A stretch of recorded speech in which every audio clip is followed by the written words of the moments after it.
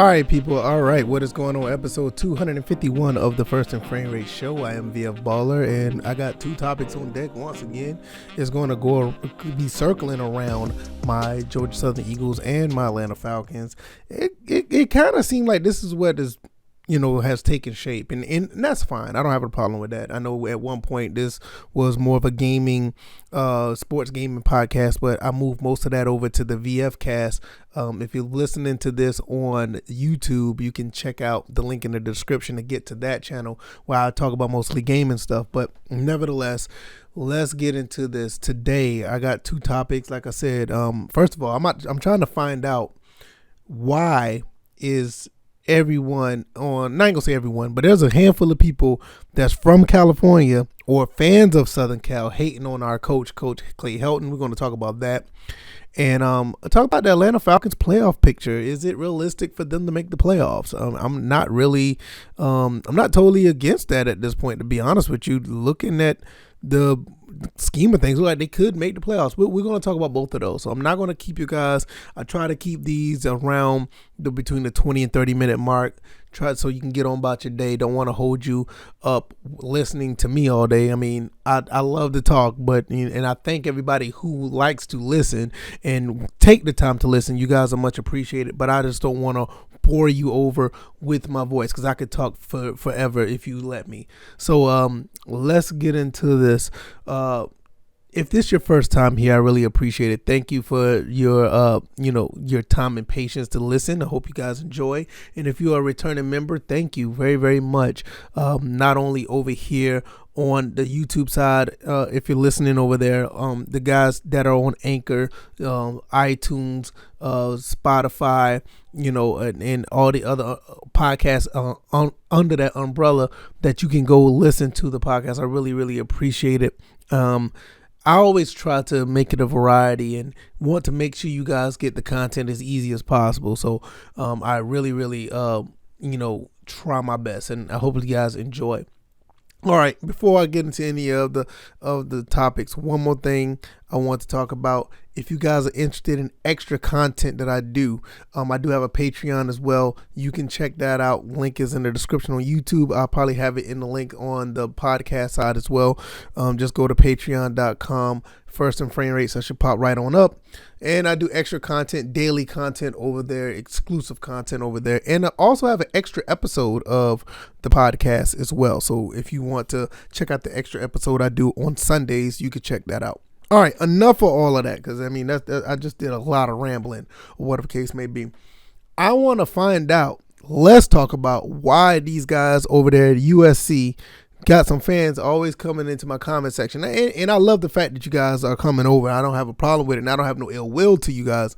But I want to know why you guys are hating on our new coach, Clay Helton. Because I'm going to tell you right now, we are excited over at Georgia Southern. You guys may not. And I know kind of the obvious answer. We're going to get into that. But I want to know why you hate this guy. Every other day or so, I go back to one of my old videos or whatever the case may be. I look at a comment that pops up, say, Coach Clay Helton's a loser. He's going to run our program into the ground, or whatever the case may be. He's the worst coach ever. All this other stuff. So one thing I will say, I sat here ever since I knew that he was coming to Georgia Southern. I looked at his record at USC, and I can understand to an extent why some people may feel that he is that they call him a loser. But I'm looking at the stats. You guys, don't get me wrong. USC has high standards, and I think this is where it all comes about. You guys have high standards. I get it, and I'm not against having high standards for your program. We have high standards over here. Ours is a little bit tempered because we know we're a Group of 5 conference. We're in a Group of 5 conference. You guys are in a Power 5. You guys are in the Pac-12. I get it. I'm looking at what he's done over here, and his first game as a head coach. In 2013, he ended up winning Las Vegas Bowl. Okay. Then in 2015, he goes 5-4, 5-2 in the conference, lose the Holiday Bowl. I get it. That's not USC standards. 2016, he went 10-3, wins the Rose Bowl, second in the South. Not necessarily a bad year. 2017, 11-3, 8-1 in the conference, lose the Cotton Bowl. Now, I can understand why that's a disappointment. You win the Pac-12, you still lose the Cotton Bowl, and I understand like with 2016. Well, that's not good enough. That's USC football. We win championships over here. Okay, I get it. You guys want to win championships. You want to win national titles. Newsflash. No, I'm gonna get into that when I'm done. 2018 went 5-7, 4-5. First year they went upside down and third in the South. I cannot defend that. I totally understand. USC went 8-5 in 2019, 7-2 in the conference, second in the South, lose the Holiday Bowl. 5-1 in a COVID throughout the COVID year, 5-0 in the conference, then turn back around, and after losing the game against Stanford, they went 1-1. They let him go in the middle of the season. Overall, his record is 46-24. In the conference, went 36-13. I get it. When I really, really think about the scheme of things, you guys have very high standards for your conference. I mean, for your team. I get it. But when it comes to us, this for the most part for us, this is a big upgrade for us. And don't get me wrong, we have had success in the group of five. Matter of fact, we've won more bowl games than you guys within this time span. Georgia Southern has won 3 bowl games since 2014. So we've had more success than you guys in that category. But to us, when we look at everything and what the way that not Georgia, but college football has evolved, this is an upgrade for us. This is something that is needed because the offense that we ran, and I don't want to get into this too far, but the offense that we ran was pretty much based on the talent that we had pushing through to get where we got to get to where we were going to win those games. It wasn't necessarily because it was great play calling, great execution. There were times that the plays were executed well, but that was not winning football in my opinion. Not this type of offense that we was running was not necessarily 100%, well, I'll say 80% winning football. Shout out to the athletes we had. We've done a phenomenal job with what the hands that we were dealt with on the field. Now, with Clay Helton coming in, I want you to get off this guy's back. You guys got Lincoln Riley now. You guys are good. You guys are set. You don't need to be worried about us at this point, to be quite honest. And I hate to say it that way, but it's the truth. You guys don't need to be worried about us. We're good money. You guys are good money. You got Lincoln Riley, one of the youngest coaches, one of the big offensive minds in the game. And y'all are primed to really take over the Pac-12. You got Oregon to worry about, but I think you guys will be fine. And you have some people that still jumps on, come to my comments, which I don't have a problem with. I love it. Thank you guys for coming to the comment section. But you guys come over here and you be berating our coach. Leave our coach alone at this point. He's gone. We are primed to do big things. And I'm here for it. I'm here for all of it. I love his recruiting. I love what he's been doing. He's been saying the right things. And I know he said the right things with us too. But listen, before he even was the head coach over here at USC, for 3 years, he was hired to be quarterbacks coach under Lane Kiffin. I mean, you're not going to blame all the stuff on him.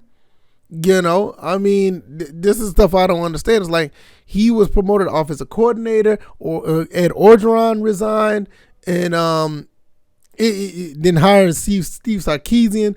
I don't think Coach Helton is too much of your problem because you guys been falling back for a while now. Your glory days was when y'all faced Vince Young back in 2006. The Reggie Bush era. So from 2005, 2006 up until 2013, that was the fall off right there. Everything here is just, you were just guys was just trying to make it back up to somewhere that was respectable. Now, with Helton gone, you guys bringing in Lincoln Riley, I'm almost certain you guys will be back up there. Maybe top 5. I wouldn't doubt it because moving a coach from Oklahoma to USC, where a guy was already pulling guys from the California area, he's going to be able to get more guys in there. I think somebody said that he's maybe able to get maybe 75% of the talent inside California. That's insane. The 75% of the best talent, that's insane. So you should be fine. Don't worry about us. Coach Helton, on the other hand, is making moves down here in South Georgia, and I think this is going to be really, really exciting for Georgia Southern. I don't think there's going to be a situation where he's going to be as bad as y'all say he is. I mean, I'm looking at the last 3-4 years. I don't think he did anything, wrong with USC. From 2017 to 2021, I don't see nothing. I mean, the 2018 season, you got me.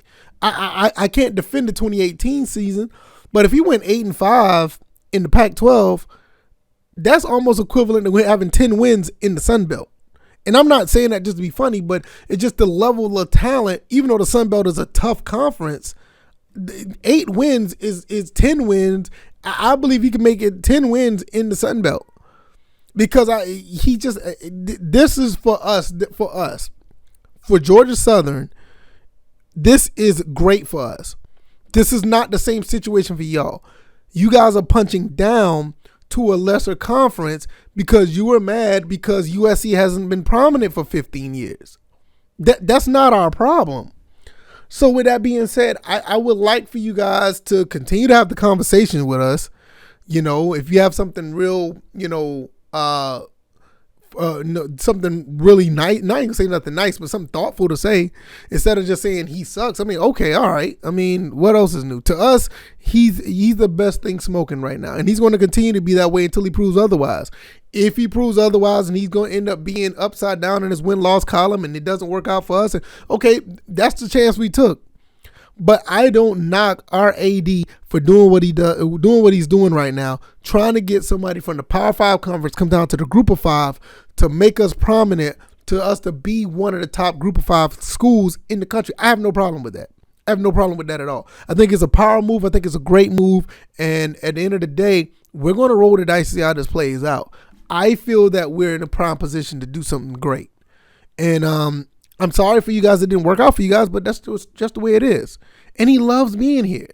He's back home. He's going to be more motivated to do better and be better, recruit better, bring guys here to be better. And his recruiting right now is looking phenomenal right now for us. It's looking really good for us. I mean, he had over 160 guys here for the BYU game. 160, that's insane. And he's still trying to pull guys from the transfer portal. He's still pulling guys when he goes through South Georgia talking to kids, going up to North Carolina, going to Savannah doing press conference, going to Atlanta, talking to the high schools in the Atlanta area. I mean, for us, this is great. This is great. It may not be great for you, but it's great for us, and it should be great for you because you got Lincoln Riley. You know what? Y'all have a great season. I'll just leave it at that. Great season. Have a great season over there in Pac-12. I'll be low-key rooting for y'all. And that's going to pretty much be my rant for the guys why y'all hating on Coach Clay Helton. USC fans, y'all guys got a great coach over there. Work on that. And we love what we have here. We got something special. We're going to keep pushing it. So good luck to you guys. All right, the next topic we're going to have, and we're going to talk about these Atlanta Falcons. Playoff picture is in full effect right now for the NFC. Right now we're in number 9, the number 9 spot, but we have to be at least in the top 7. Right now, Washington holds that spot. Washington has a tiebreaker over us if we was able to meet them neck to neck if it comes to a tie. And we're going to have to do something. One team we do play the San Francisco 49ers later on this year. And there were 5 of our 6 games. The 5 or 6 are against NFC teams. So it's going to be really significant for us to win those games. Good thing we already beat the Saints one time, but think we could do again. We can beat the Panthers because I say Ed McCaffrey. I'm thinking of his dad. Christian McCaffrey is out. We should be able to beat them. Sam Darnold's out. We should be able to beat them. The 49ers, that's going to be a tough game. The Bills is going to be a real tough game.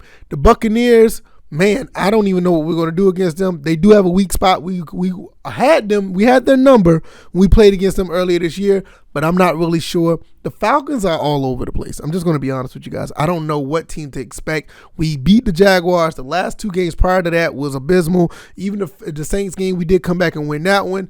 You know what I mean? So Buccaneers come to Atlanta. we have a shot to win this game. I think we have a legitimate shot because the Buccaneers can be had. Do I think it's going to happen? No, I'm not really sure. I'm on the doubting side of that.